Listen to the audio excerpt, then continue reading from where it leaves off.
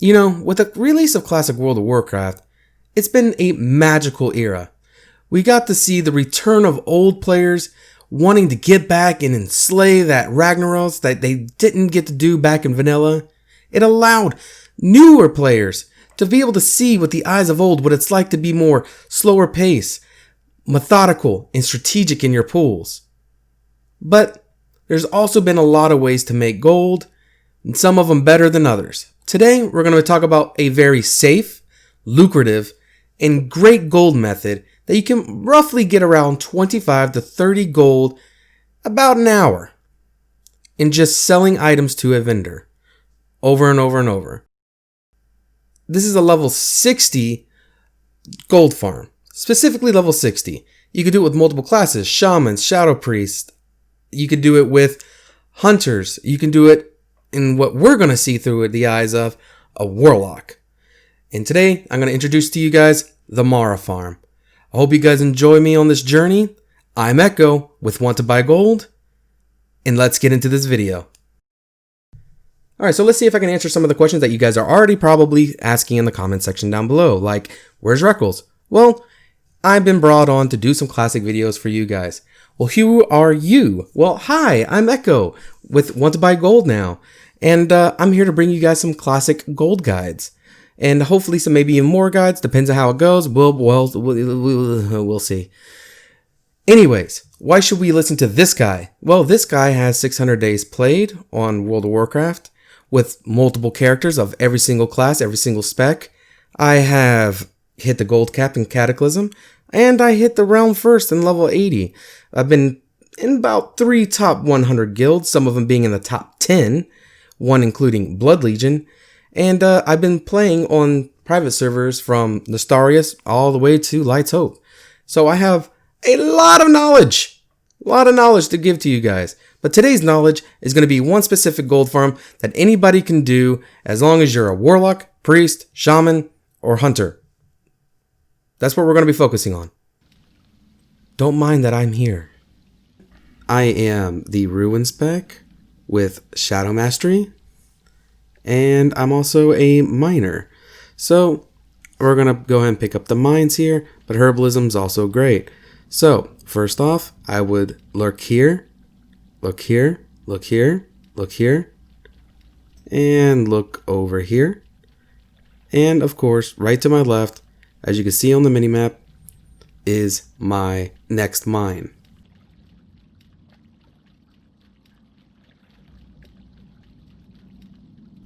Okay, so after getting this mine, we're going to be going straight into this little cavern area. Now, on the right hand side, there's also going to be another mineral spawn. So make sure to have your fine minerals on, guys. We're going to avoid these mobs to the right, and then we're going to hug the left hand side of the wall and move our way towards the first boss. Now, you're going to want to watch out for the middle here because they are a pat of elementals that pat through here. So we're going to cut straight across, being careful of that pat. Now, watching these mobs on the left, make sure that we do not run into them. And then we're going to scoot to the left and then hug this wall. Now we're going to be moving our way towards the first boss in this next upcoming cavern. Make sure to hug the right hand wall and be warned of the burrows on the left hand side. Those little worms, we gotta be careful of them.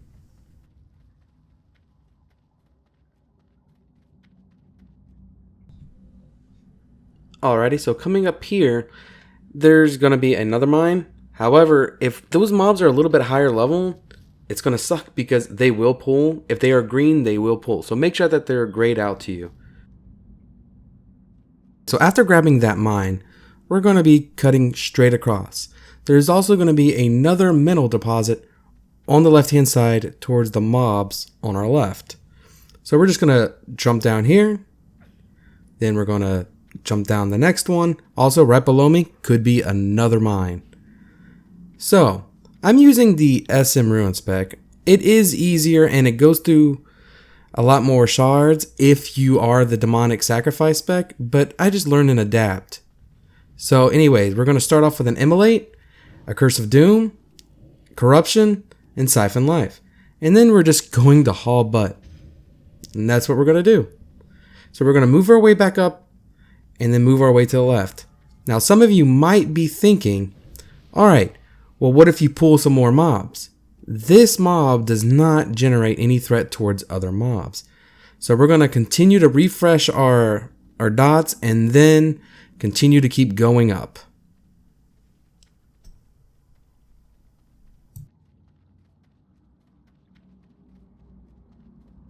Okay, so as I move my way up, having like, DBM or any of those things is really good. But once I get up here, just so I can see the timers. But once I get up here, I start to refresh all my dots again. Throwing up the Corruption, throwing up the Siphon Life. And then if I can during another cast, I try to get a Immolate off, a Drain Life, whatever I can do to gain some health or do some damage. It's primarily the only thing you're going to be doing. I also went with Amplify Curse of Agony spec on this run. Love it, by the way. I've seen other people do the spec. Alright, so as you can tell, I am working my way back to where we came from. Just keeping an eye on his health so I can make sure to continuously keep those dots refreshed. Some people just like to run all the way to the princess with them. I like to do damage along the way. Now, as you can see, as I'm going through all these paths, just avoid everything. Avoid everything you could see. And we're going to continuously move our way towards princess. So after I refresh all my dots, I start heading towards princess. And I think this would be a good segue to talk about some of the things that I bring with me in order to do these runs. First off, I always bring my Scepter of the Syllabris. It's my key to get into Mara. I also like to bring my nifty stopwatch. I bring the nifty stopwatch because it increases your run speed by 40% for 10 seconds. We will talk about her mechanics, but referring to princess here, we'll talk about her mechanics, but I bring it for one of her mechanics. Two other things that I always bring some extra swiftness potions, because you never know. Once again, we'll talk about her mechanics when we get there. And the last thing that I bring is the Mark of Resolution, which absorbs 350 to 650 physical damage, lasts 10 seconds on a 30-minute cooldown. Also, the equipped is really cool. It increases your resist to stun and fear effects by 1%. So, let's talk about her mechanics. What does Princess do? Well, she does a throw rock or throw boulder. I would have to see. But she throws a boulder, stuns you for about a second. And she does a cloud of dust as long as you're within proximity. That's the key word on this. You have to be within proximity of her for her to proc this. What does that allow you to do? It allows you to run, which you're going to be doing a lot of running when it comes to Princess. Now, I don't know if this works better with it, but the Mark of Resolution seems to be very good at actually resisting her boulder throw and her fear effect. Another thing that she does, she also does a Wind Fury proc on you and will hit you 3 times with physical damage. Hence why I bring the Mark of Resolution. It's sort of like a priest bubble to prevent me from being completely two-shot by her when she catches up to me, if she catches up to me. That can happen. Now that I'm at Princess and I'm now summoning my beautiful Blueberry, let me explain. So what I do is I have my pet attack and my pet passive on my Mousewheel. So when I scroll up, my pet will attack, and when I scroll down, my pet will become passive. This is going to be very useful for this fight.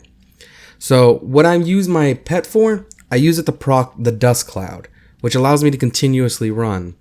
Now I will have these macros hopefully in the description down below. If I can get Reckles to do it. Cough, cough, wink, wink, nudge, nudge.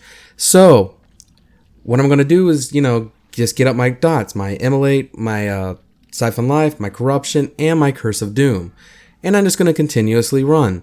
And then I'm going to send my pet at certain intervals to trigger that dust cloud so I can continuously run. most people always try to convince me that the best spec to do this is the demonic sacrifice. Yes, it's easier, but it's not the best. Like I said, do you really want to continue to respec all the time? I doubt it. So I just bring a few extra things, my marker resolution, my swiftness potions, etc., and I continuously just keep proccing the dust cloud that the boss does over and over with my pet by sending it in and bringing it back once it procs, and then sending it back out to proc it again. You'll see it's actually very useful, but sometimes the cloud won't proc immediately, and Princess can catch up to you, which is why I bring the nifty stopwatch. I always bring these things. I don't always use them, but I do bring them in case I have to. So keep that in mind. Alright, so while we're attacking this voluptuous princess, let me go over the items that drop over here. Here's an entire list and what they sell for as well. But on average, I usually get about 30 gold just in raw sells, including all the items that dropped off the boss. Herbalists make it very well in here. Getting ghost mushrooms, you can sell them for about 16 gold a stack on my server, Crom Crush, just saying. And about 2 gold for a stack of ore and 2 gold for a stack of stone. So it's a really lucrative farm, no one's bothering you, and you don't have to fight for mobs. However, there is a 1 hour lockout, meaning you can only do 5 runs in that 1 hour, and then you gotta wait. What I do recommend, just go fishing. Fish while you farm. That way you can get some firefin snapper or some oily blackmouth.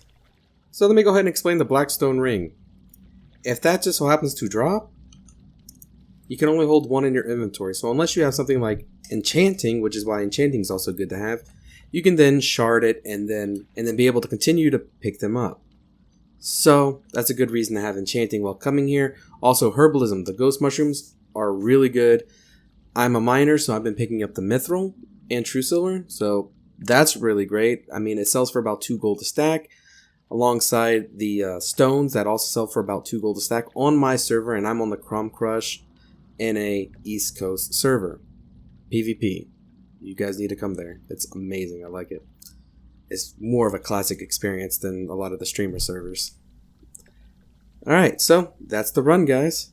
If you enjoyed the video, make sure to give it a thumbs up, subscribe, and in the comments, do me a favor. What guide do you guys want to see next? A tailoring guide, profession guides, in general? Or would you guys like to see other just mindless farms? Feel free to let me know down in the comments below. If you guys want to see some class guides, you can always come to my channel on YouTube. It's The Game Sage, selfless plug. Or you can always catch me live on Twitch at twitch.tv/EchoTGS. You guys have a wonderful day. Means the world to me. And thank you, Reckles, for allowing me to share my guides here. You all have a wonderful day. Peace.